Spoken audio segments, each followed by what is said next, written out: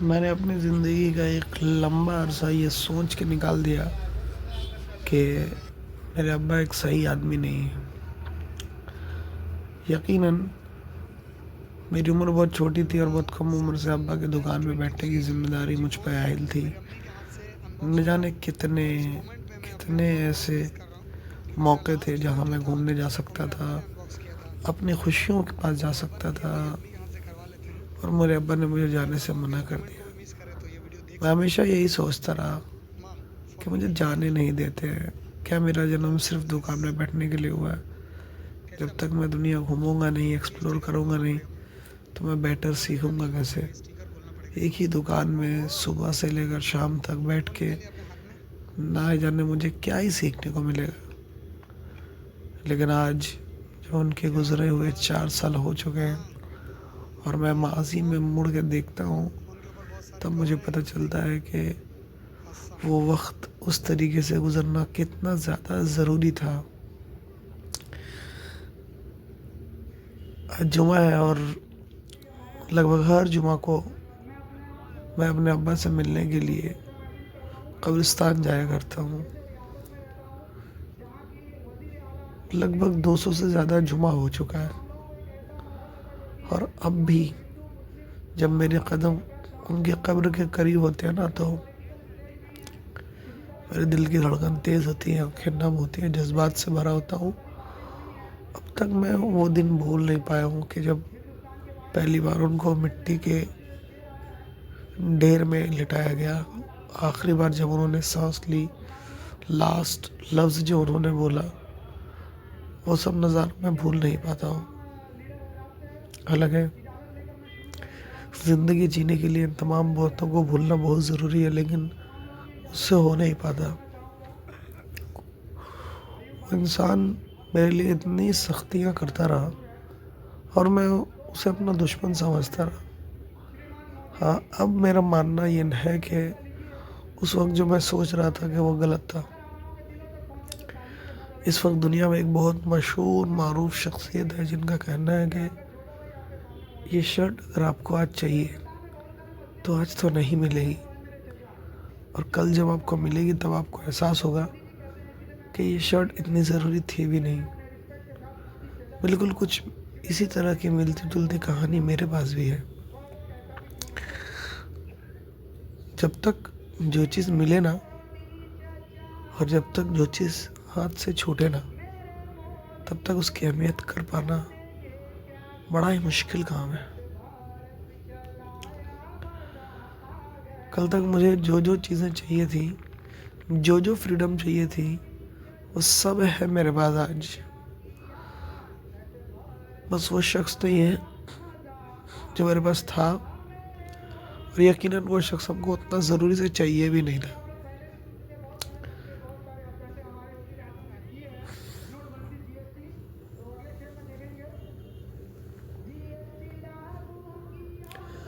इसलिए तो हमने उनके लिए लिखा था, हमारी अहमियत का अंदाज़ा हमारे जाने के बाद होगा, हमारी मौजूदगी ने तुम्हें लापरवाह जो किया है। सच है यार, 100% सच है।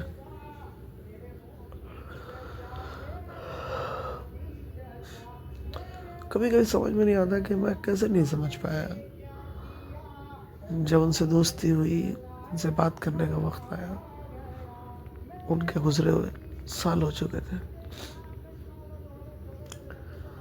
इनफैक्ट बातचीत शुरू भी हुई थी हमारी, लेकिन उसके कुछ हफ्ते कुछ महीने में वो चले गए।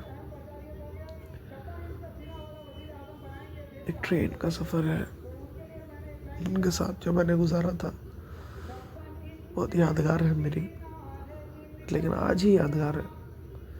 जब वो हो रहा था तो उसकी अहमियत समझ में नहीं आई, उसके होने के सालों बाद भी उसकी अहमियत समझ में नहीं आई। मुझे याद है कि अब्बा गांव जा रहे थे, और हर घर में होता है ना कि आप मम्मा के क्लोज़ हो या अपने अब्बा के क्लोज़ हो, तो मैं अपनी मम्मा के क्लोज़ हूँ बचपन से, कंपेरेटिव टू माय फादर। तो मैंने भी ज़िद कर बैठी कि मैं भी अब्बा के साथ गाँव जाऊँगा, और मैं गाँव गया। गाँव पहुँचने के कुछ दिनों बाद मुझे एक छोटी सी बीमारी हो गई, जिसको हम लोग हमारे लफ्ज़ों में कहते हैं ज़हरपात, यानी होंठ के आसपास करीब छोटा-छोटा ज़ख्म हो जाएगा, विच सिग्निफाइज कि आपको इंटरनल फीवर है। उस टाइम में पेंटर 400 नाम की एक दवाई आती थी, जिसको इस्तेमाल किया मैंने, और हफ्ते 10 दिन में ठीक ठाक रिकवरी के साथ कोलकाता वापस आ गया। ये सफ़र जनरल कंपार्टमेंट में किया हुआ सफ़र था और ट्रेन में सफ़र कर रहे थे। मेरे अब्बा की एक बहुत बुरी आदत है, जो मेरे बचपन के दोस्त आसिफ इकबाल के अंदर भी है। जब वो ट्रेन का ट्रैवल करते हैं तो हर दूसरे तीसरे स्टेशन पे ट्रेन से उतर जाते हैं, तो जाने कौन सी चीज़ देखने के लिए परेशान रहते हैं। अब ये तमाम बातें अगर हमारे फैमिली मेम्बर के साथ हो तो यकीनन उतनी ज़्यादा बुरी बात है नहीं, लेकिन एक बच्चा जिसकी उम्र लगभग 10 साल है, वो अपने अब्बा के साथ ट्रैवल कर रहा है और अब्बा थोड़ी देर उधर में उतर जा रहे हैं और किसी और गेट से चढ़ रहे हैं, तो मेरे दिल में एक डर है कि पता नहीं अब्बा चढ़ पाएंगे कि नहीं, ये ट्रेन मिस हो जाएगी। इस तरीके का खदशा मेरे दिमाग में है, यानी डर। तो ट्रेन में जब मैं अब्बा के साथ ट्रैवल कर रहा था तो शुरुआत में सब कुछ बहुत ठीक ठाक चल रहा था। जो भी मैं आता ट्रेन में खाने की डिमांड करता, अब्बा खिलाते।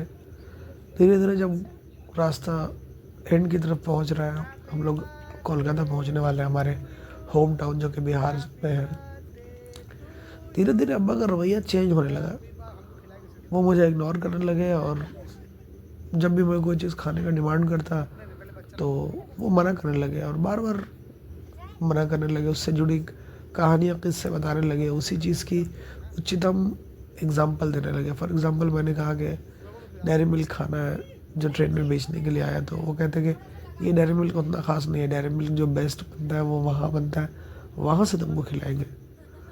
मैं इस बात से राज़ी इसलिए हो जाता क्योंकि जहाँ का रेफरेंस अब्बा देते वो आधे घंटे में या 1 घंटे में आने वाला स्टेशन ही था, और मेरे अब्बा बार बार इधर उधर जा रहे थे। मुझे समझ नहीं आ रहा था। अभी कुछ साल पहले जब मैं मेरे अब्बा के साथ बातचीत करने लगा तो मैंने ये वाक़या इनको रिकॉर्ड किया और मैंने शिकायत की, नाराज़गी जताई कि ये आप क्यों कर रहे थे, एक छोटे से बच्चे को बार बार छोड़ के आप ट्रेन के डब्बे से उतर जा रहे थे। मुझे आपका ये बिहेवियर कुछ ठीक नहीं लगा। ये शायद मेरी ज़िंदगी का एक वाहिद वाक़या होगा जब मैंने उनके सामने उनके बारे में उनके किसी मौजू पे शिकवा करने की हिम्मत की, क्योंकि इस बार मुझे 100% कन्फर्म था कि मैं सही बोल रहा हूँ। दी अदर भी वाक़यात हैं, लेकिन वहाँ पे कन्फर्मेशन 100 नहीं है, इसलिए मैं बोल नहीं पाया।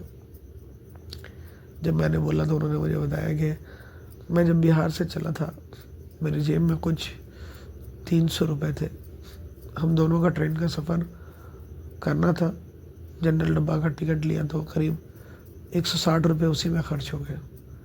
बाकी 140 रुपये में पानी का बोतल और दीगर चीज़ें हमने खरीदी, और जब तक मेरे पॉकेट में पैसे थे तुमने जो भी डिमांड किया मैंने उनको ला कर दिया। फाइनली झाझा स्टेशन जो कि झारखंड और बिहार की बॉर्डर पे पड़ता है, मेरे तमाम पैसे खर्च हो गए। अगर तुमको सही से याद है तो ये बार बार जो मैं उतर रहा था झाझा स्टेशन के बाद ही, या उसकी फ्रीक्वेंसी उसके बाद ही बढ़ी। तो मुझे समझ में नहीं आया कि जब आपके पास पैसे नहीं थे तो बार बार उतरना कहाँ से जस्टिफिकेशन है। वो बोला मैं ट्रेन के डब्बे से उतर तो रहा था, लेकिन फिर दूसरे डब्बे में चढ़ भी जा रहा था, और मेरे गले में एक चांदी की चेन थी जिसकी कीमत उस ज़माने में लगभग 800 से 1000 रुपये करीब थी। वो चेन लेकर ट्रेन में अलग अलग यात्री को बोल रहे थे कि ये चेन अगर आप मुझसे 500 में ख़रीद ले, ये चेन अगर आप मुझसे 200 में ख़रीद ले, जो भी कीमत में ख़रीद ले, मैं थोड़ा मजबूर हूँ। तो यात्री इसलिए नहीं ख़रीद रहे थे, किसी को लग रहा था कि ट्रेन में कोई चोरी वगैरह का भी मामला होता है, शायद ये आदमी चोर है। इस निगाह से लोग मुझे देख रहे थे। मैंने लगभग उस दिन 50 से ज़्यादा लोगों को अप्रोच किया, लेकिन कोई मेरा चांदी का चेन खरीदने से इकरार नहीं किया। मैं हर बार नाकामयाब होकर तुम्हारे पास आता, और जब तुम खाने की किसी चीज़ का फरमाइश कर देते तो मैं तुम्हें एक कहानी सुना देता।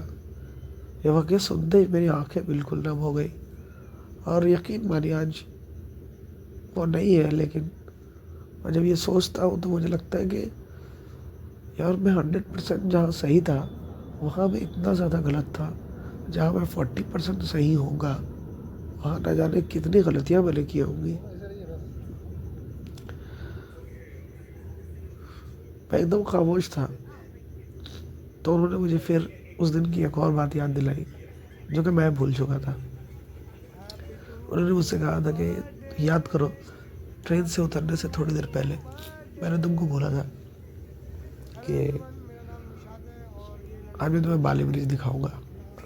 बाली ब्रिज जो बहुत खूबसूरत लगता है, रात के वक्त पैदल जाओगे तो मज़ा आएगा। मुझे याद आया, हाँ इस तरह की कोई कहानी तो हुई थी। तो मैंने उनको कहा कि देखिए, यहाँ भी मुझे लग रहा था कि 100% मैं सही हूँ, तो एक बार सेकंड डिसएग्रीमेंट आज ही की डेट में कर देना चाहिए। तो मैंने उनको कहा कि इतना थका मारा, मानता हूँ कि आपके पैसे खर्च हो गए, लेकिन 10 रुपया किराया है बाली से यहाँ का आज के ज़माने में। उस ज़माने में शायद और कम होंगे, 2 या 3 रुपये होगा। तो आप मुझे कम से कम पैदल नहीं लाते उस दिन, 3 किलोमीटर पैदल चलना पड़ा छोटे से बच्चों को, जो कि सही बात नहीं है। तो उन्होंने मुझे बताया कि मेरे जेब में 3 रुपये भी नहीं थे। झाझा स्टेशन पे जो मेरे जेब में आखिरी सिक्का था वो भी मैंने तुम्हारे लिए खर्च कर दिया। और मैं तुम्हें ये बताना नहीं चाहता था कि तुम्हारे अब्बा की माली हालत इस तरह नहीं है कि वो तुम्हारे इन तमाम चीज़ों को पूरा करे। मैं जानता था वक्त तुम सब कुछ समझ जाओगे, लेकिन मैं इन चीज़ों का इकरार करना नहीं चाहता था। और मैंने तुम्हें कहानियाँ सुनाकर बाली ब्रिज को फैसिनेट करके इसलिए बोला ताकि तुम इन सब चीज़ों में मशगूल हो जाओ। ज़रूरत पड़े तो थोड़ा मुझे गलत समझ लो, लेकिन तुम ये ना समझो कि तुम्हारे पास लिमिटेड रिसोर्सेस है, ताकि तुम्हारा ब्रॉड मेंटालिटी ना बने।